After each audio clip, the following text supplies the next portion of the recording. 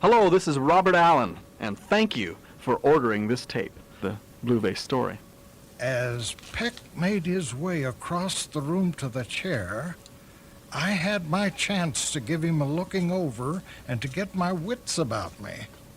After all, I'm the colonel, and he was in my office. Well, Peck, what can I do for you?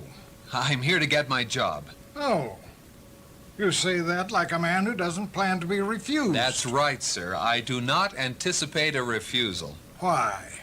Because I'm a salesman, Mr. Ricks. I know that to be true because over the past 5 years, I've demonstrated that I can sell my share of anything with a hockable value. I've always found, however, that before I can sell goods, I have to sell myself. I am about to sell myself to you. Son, you already have. I've seen Mr. Skinner, sir. But, well, he wasn't too sympathetic. I think he jumped to the conclusion that I was trying to trade him my empty sleeve.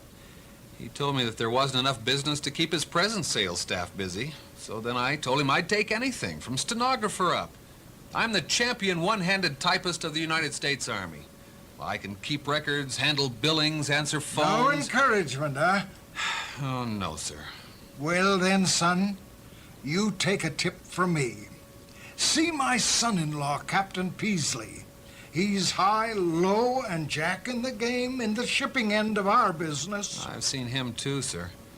He was very kind and said he'd like to give me a job, but business is so bad that he just didn't have a place for me.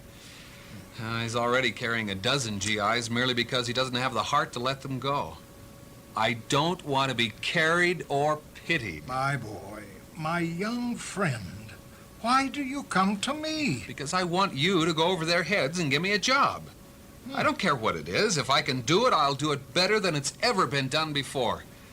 And if I can't do that, I'll quit to save you the embarrassment of firing me. Okay, then. Let's see what we can do. Send Skinner in here, will you? Skinner, I've been thinking about your proposition to send Andrews out to the Tel Aviv office. I've decided we'll have to take a chance. We've got to get a manager on that job before any more time is lost. So we'll send Andrews out on the next plane. But inform him that his position is only temporary. If he doesn't cut it out there, we'll bring him back to this office where he is valuable. Meanwhile, you'd be doing me a great service if you would consent to take this young man into your office. Give him a good workout. Find out what he's made of. I'm afraid not, sir. As a favor to me, Skinner, my dear boy? As a favor to me? Very well, sir. He knew he'd been had. He was down for the count, and I'd gotten my way once more. Peck knew it, too. He smiled graciously at Skinner, and I could tell he'd learned the same lesson in the Army that I had years ago, that the commanding general's request is always tantamount to an order. Have you decided the payment to be given, Mr. Peck?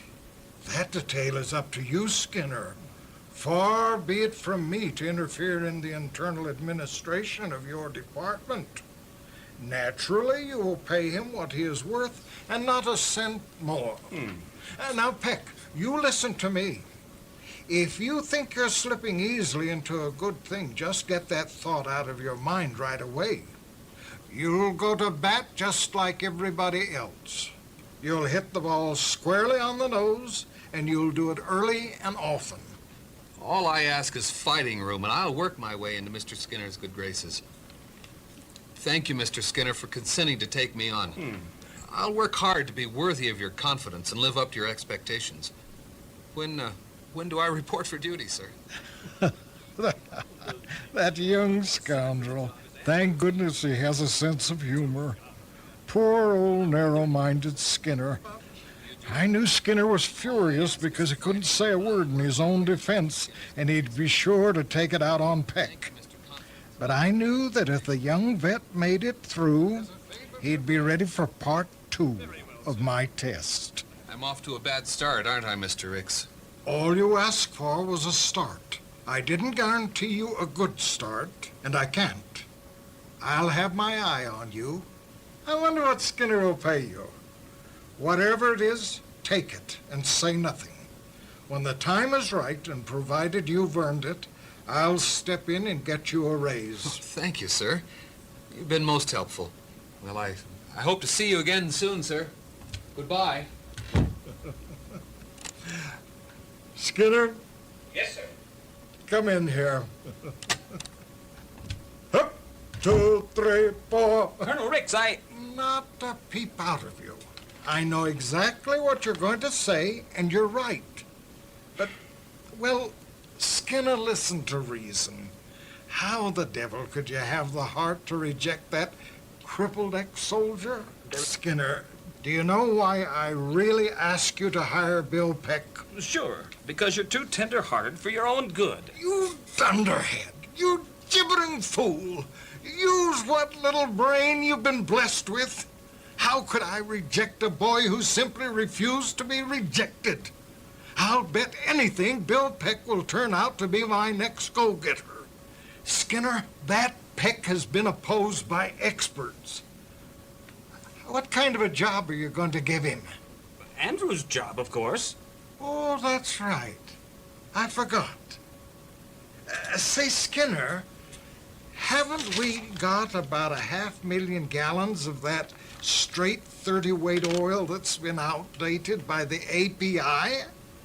We need to get rid of that stuff. Give him that old stock to sell and see what else you can dig up for him to peddle. You catch my drift, don't you, Skinner? And if he can't cut it, we bag him, right? And a good afternoon to you, too, Skinner, my boy.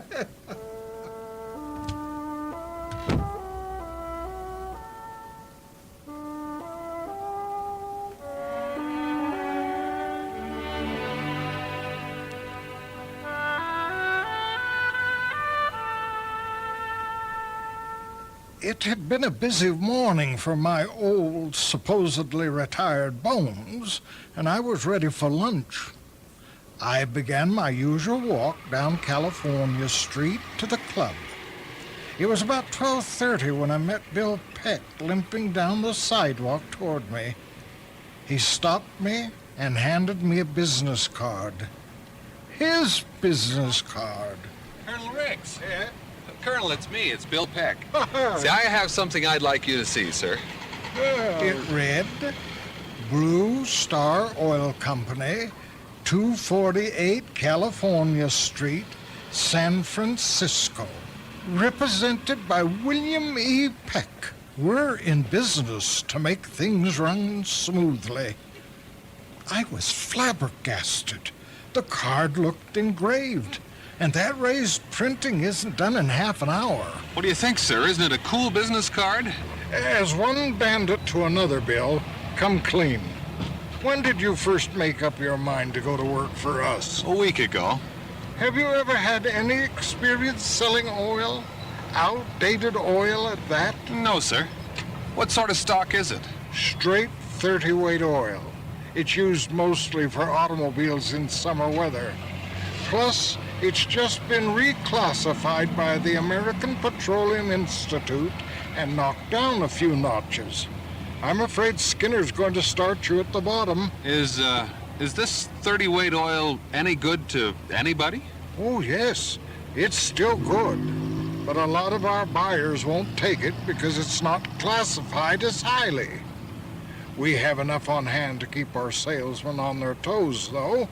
You'll just have to be pretty convincing to sell 30-weight oil in the dead of winter where Skinner's going to send you. And, where might that be? Oh, probably up in Montana, Wyoming, and the Dakotas. But that's only a guess. Well, I can sell anything at a price.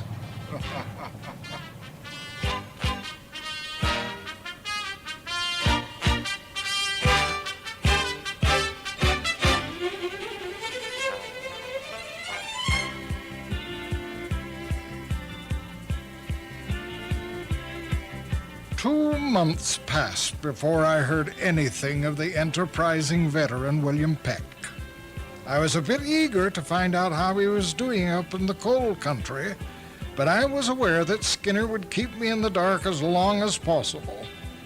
I decided to play it his way. I knew I'd find out what I needed to know sooner or later, and I did. From Billings, Peck had sent in orders for 250,000 quarts of the outdated 30-weight oil. In North Dakota, he'd finagled some company into buying nearly 100,000 quarts to be sold at a good price in the warmer months. You know, they probably only have 2 warm months out of every year in North Dakota. In Montana and Idaho, Peck somehow managed to drum up new business with buyers that Skinner had been trying to deal with for years. Don't ask me how, but he did it. He shot orders in so fast that Skinner was forced to ask for mercy and had to tell him to start peddling our better products. Even Skinner had to admit that Peck was good.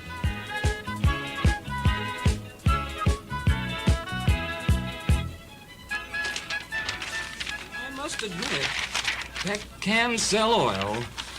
He's landed 5 new accounts, and here's an order for 200,000 more quarts of that old 30-weight stuff. Oh, I'll have to raise his salary about the first of the year.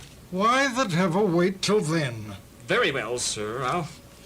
I'll give him the same salary Andrews was getting before Peck took over his job. Skinner, you make it impossible for me to refrain from showing you who's really boss around here.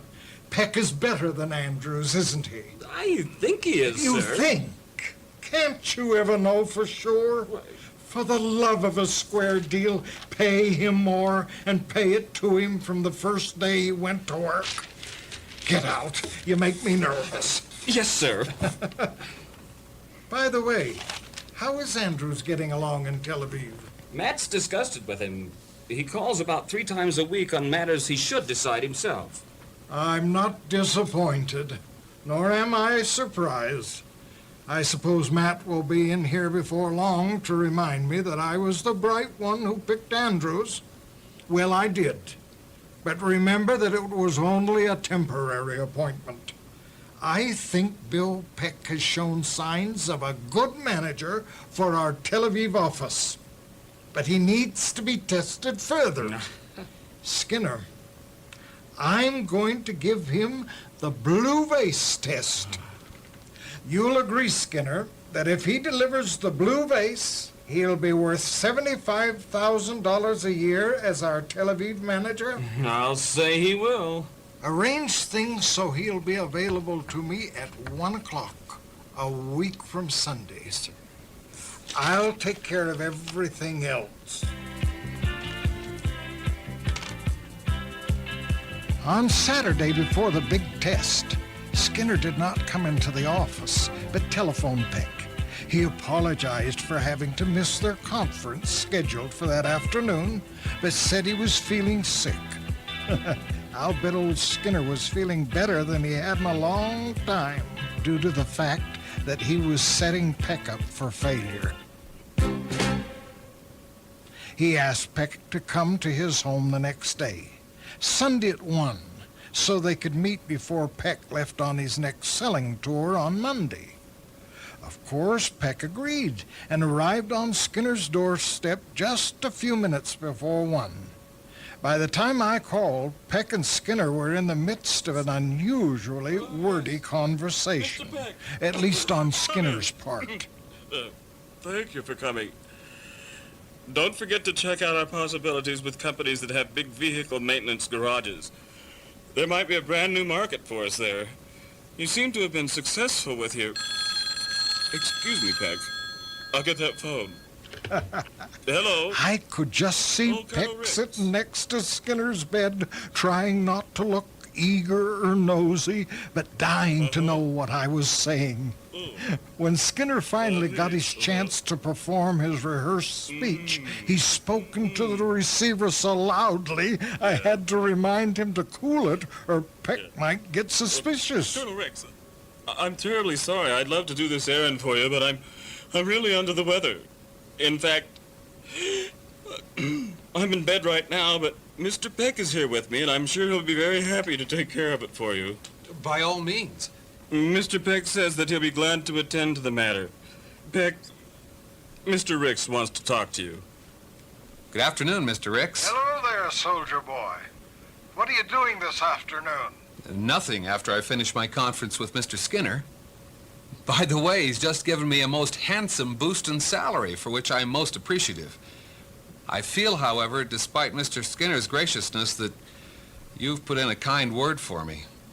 Thank you very much, sir. Hey, don't thank me. You get nothing for nothing from Skinner or me.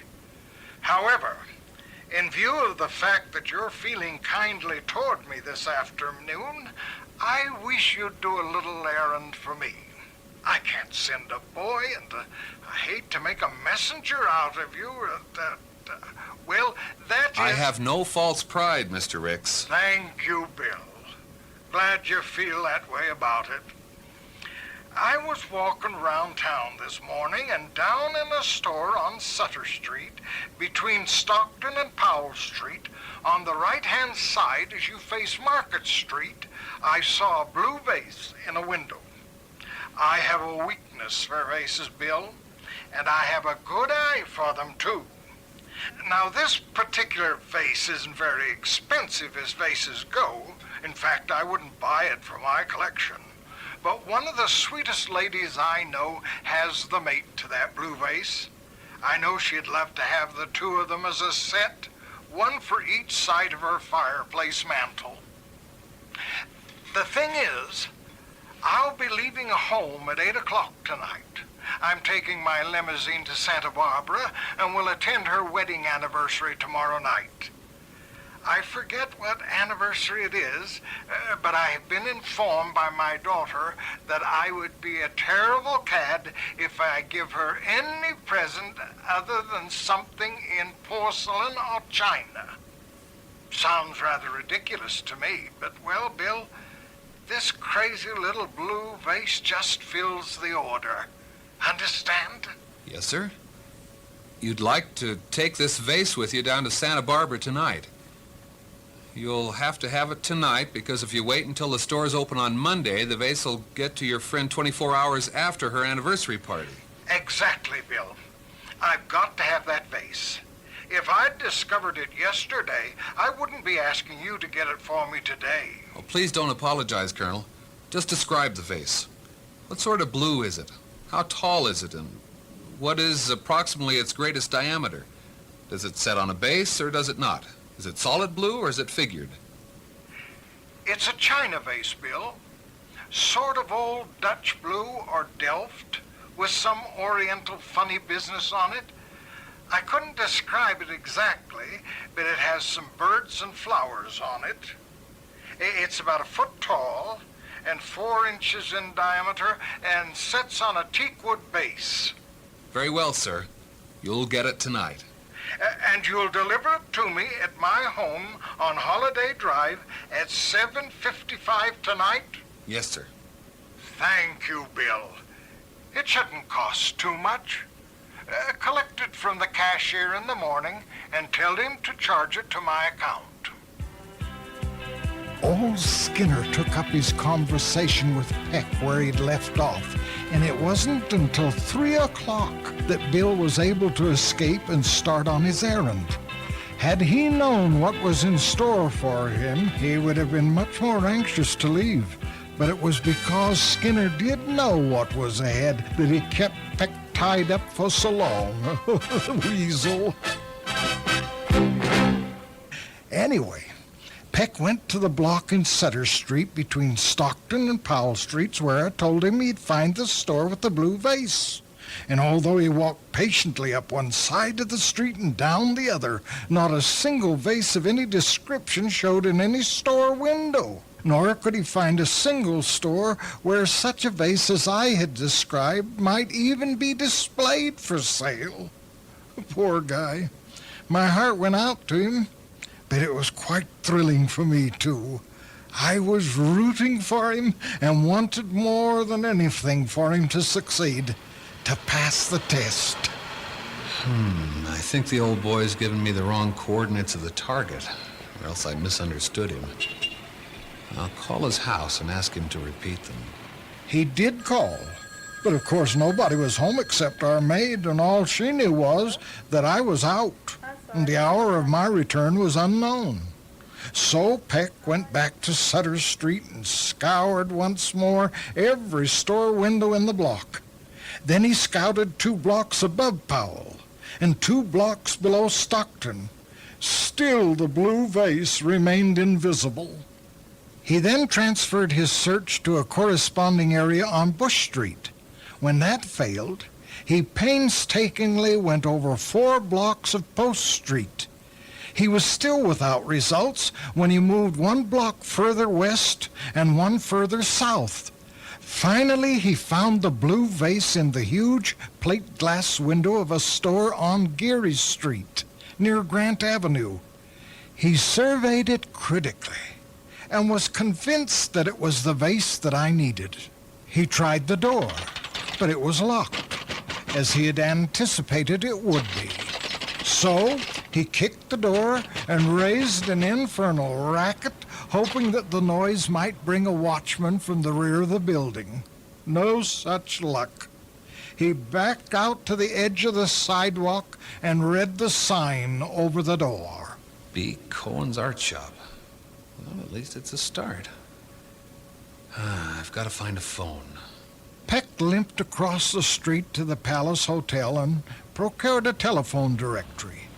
He counted 38 B. Cohens scattered throughout the city, so before starting to call all 38 numbers, Peck checked the yellow pages for the particular B. Cohen who owned the art shop. He came up with nothing. B. Cohen was listed as an art dealer at the address where the blue vase rested in the shop window. That was all. Peck supposed that the store owner was a commuter, and at once tried to get directories of the adjacent cities of Berkeley, Oakland, and Alameda. They were not available. So in despair, he changed a $5 bill into dimes, found a telephone booth, and commenced calling up all the B. Cohens in San Francisco. Of the 38, 8 did not answer. 6 were temporarily disconnected. 6 replied in Yiddish. 10 were not the B. Cohen he sought, and 1 swore he was Irish, and that his name was spelled C-O-H-A-N and pronounced with an accent on both syllables. The B. Cohens residing in Berkeley, Oakland, Alameda, San Rafael, Sausalito, Mill Valley, San Mateo, Redwood City, and Palo Alto were next on Bill's list. When this long and expensive talk was done, ex-private Bill Peck emerged from the telephone booth wringing wet with perspiration and as irritable as a clucking hen. Once outside the hotel, he raised his haggard face to heaven and dumbly queried of the Almighty, I'd like to know what you mean by saving me from a quick death on the field of battle, only to condemn me to be talked to death by all the B. Cohens in San Francisco now that I'm a civilian. It was now 6 o'clock. Suddenly Peck had an inspiration. Was the name spelled C-O-H-E-N, C-O-H-A-N, C-O-H-N, K-O-H-N, or C-O-E-N? He hurried back to the shop, talking to himself the whole way. If I have to take a Jewish census again tonight, I'll die. I have had it. I could have sworn that name was spelled with an E. It seems to me I noticed that specifically. When Bill reached the shop, he stopped dead in his tracks. The sign read, B. Cohen's Art Shop. C-O-H-N? No E?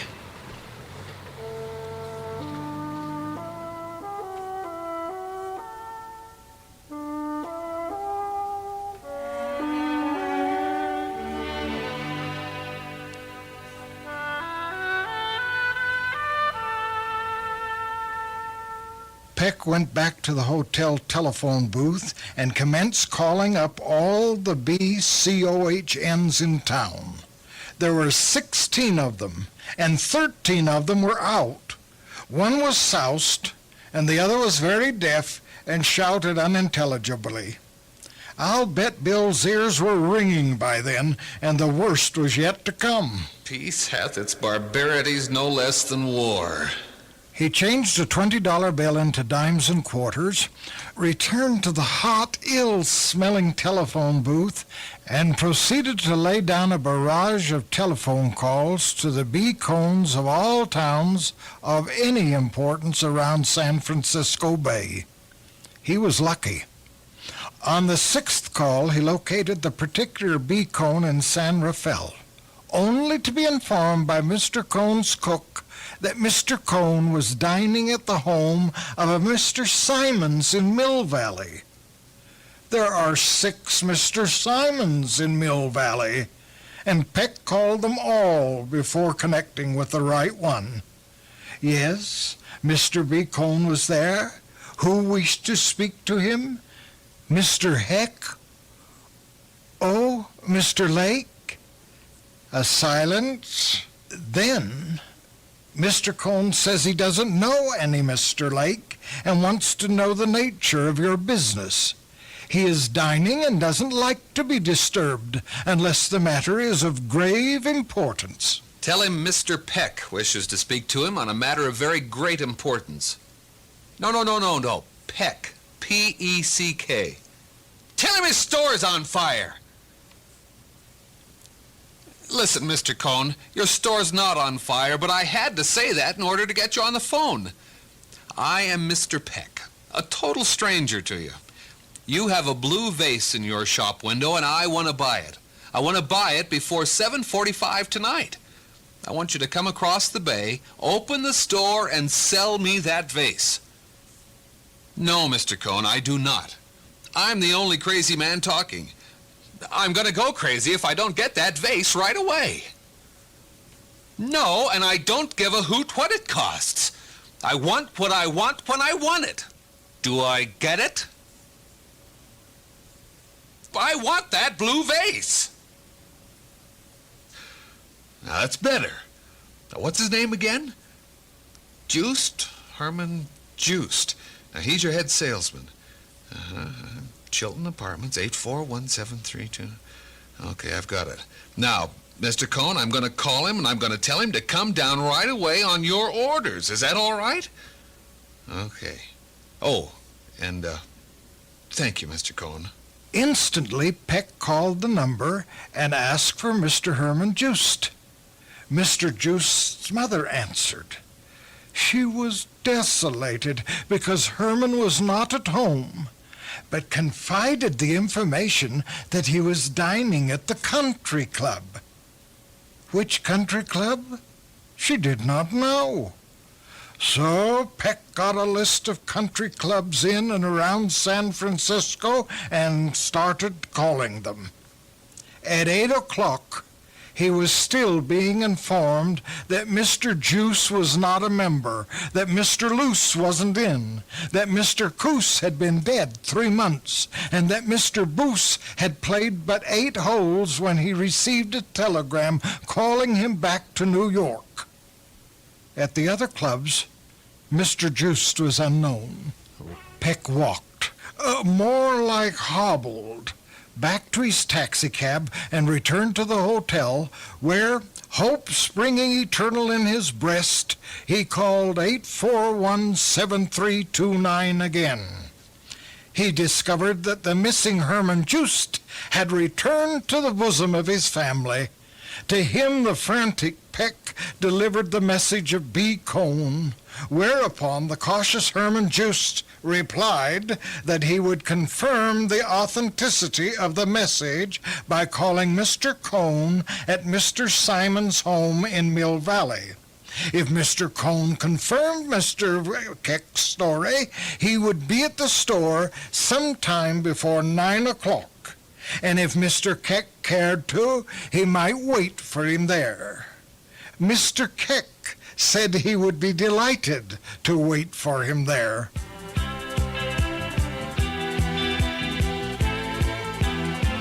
9:15, Herman just appeared on the scene. On his way down the street, he'd taken the precaution to pick up a policeman and bring him along with him. The lights were switched on in the store, and Mr. Just lovingly withdrew the blue vase from the window.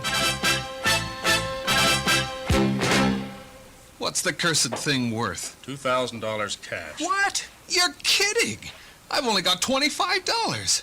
Oh, I thought this infernal thing wasn't supposed to cost too much. Can you accept my check? I don't know you, Mr. Peck. Where's your telephone? Peck's mind was racing. First he tried Skinner.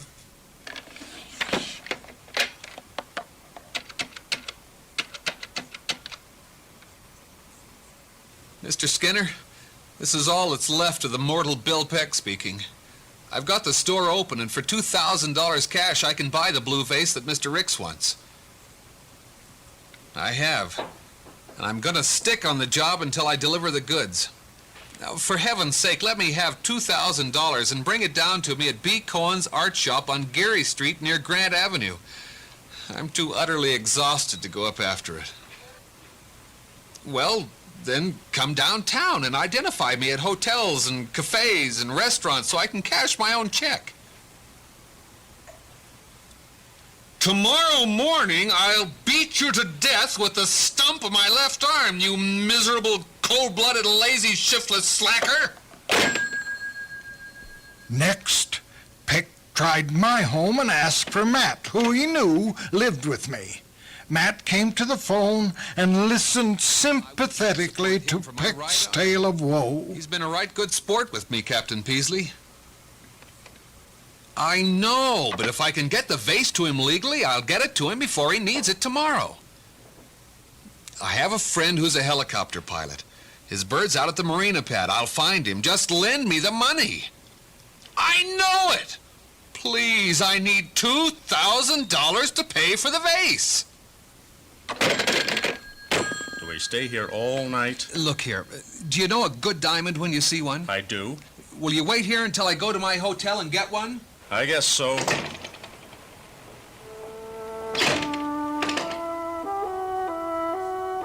Bill Peck limped painfully away. 40 minutes later, he returned with a platinum ring set with diamonds and sapphires. What are they worth? Herman Just looked the ring over lovingly and appraised it conservatively at $2,500. Take it as security for the payment of my check. Give me a receipt for it, and after my check's gone through clearing, I'll come back and get the ring. 15 minutes later, with the blue vase packed in a stout cardboard box, Bill Peck entered a restaurant and ordered dinner.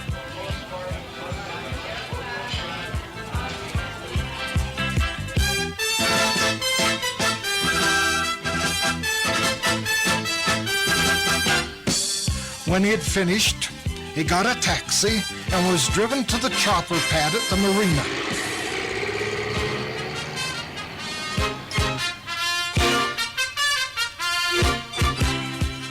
From the night watchman, he ascertained the address of his pilot friend, and with his friend at the gears, Bill Peck, and his blue vase soared up into the moonlight and headed south along the El Camino Real.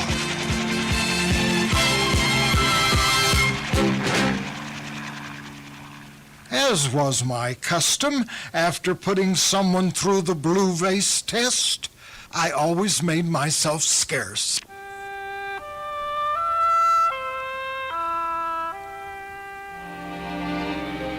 I did leave my house at 8 p.m. in my limousine. My chauffeur was taking me for a short retreat to Santa Barbara, but my spirits were not high. Dadgummit, I was so sure he'd be the one. For one thing, I hate to be wrong. And Skinner would be sure to let me know I was wrong in this case. And I liked Bill Peck, too. Oh, well.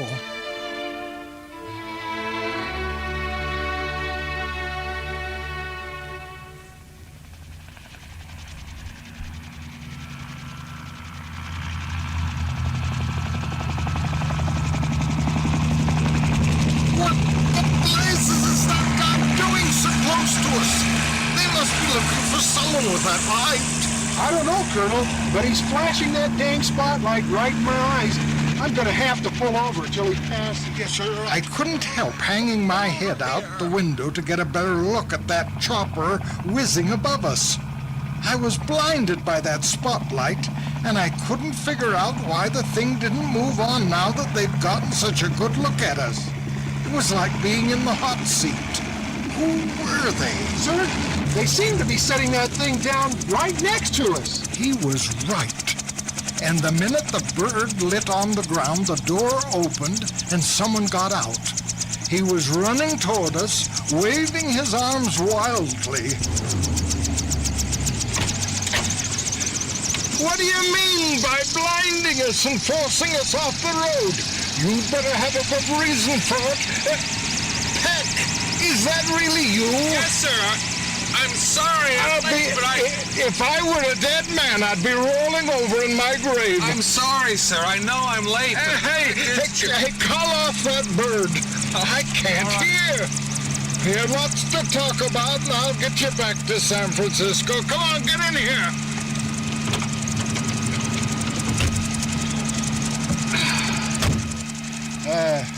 That's much better. All right, Ralph, let's move out. Now, what were you saying? Well, sir, the fact is that there were so many cones and Cohans, and, well, it was such a job to dig up $2,000 that I failed to connect with you at 7:45 last night, as per orders.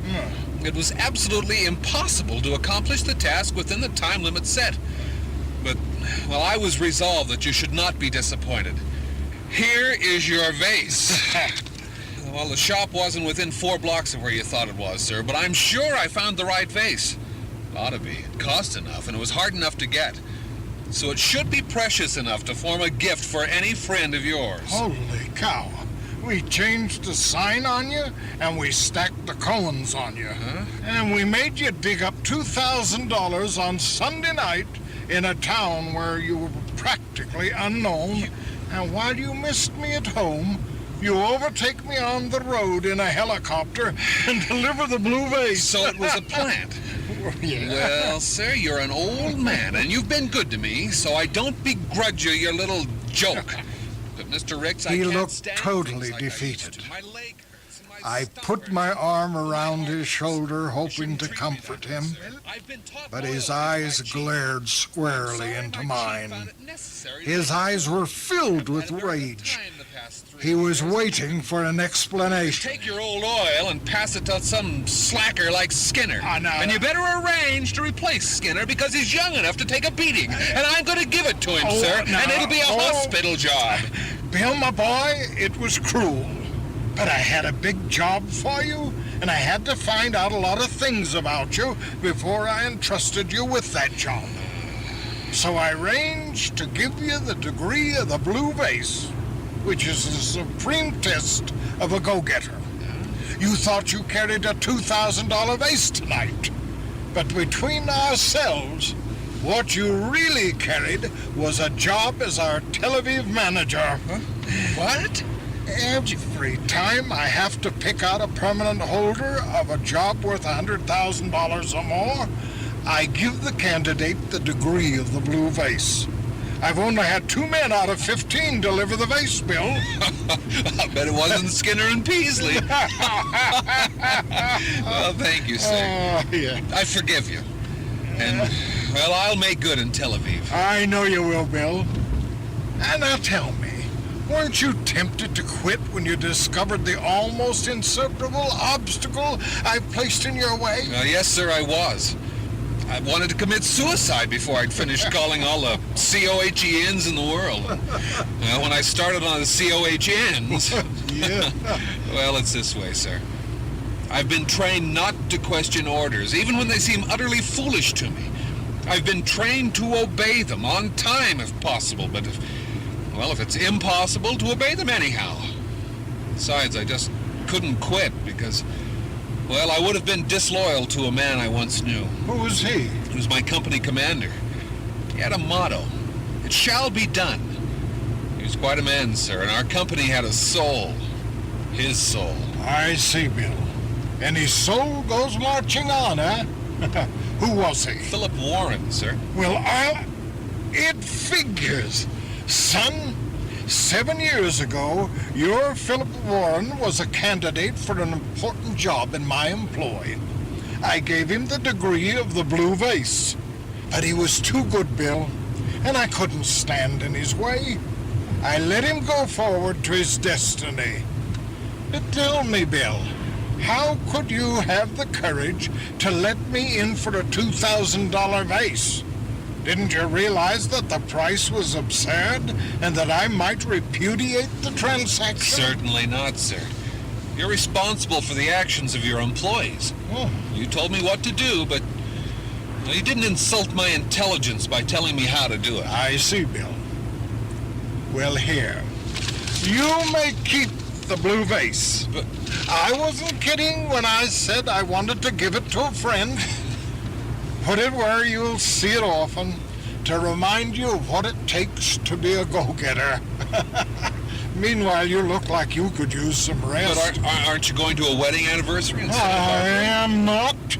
I discovered a long time ago that it's a good idea for me to get out of town and play golf as often as I can. Beside which, prudence dictates that I remain away from the office for a week after the seeker of a blue vase fails to deliver the goods. By the way, Bill, what sort of golf game do you play? I... Oh, forgive me, Bill. I forgot about your arm. Well, now, look here, sir.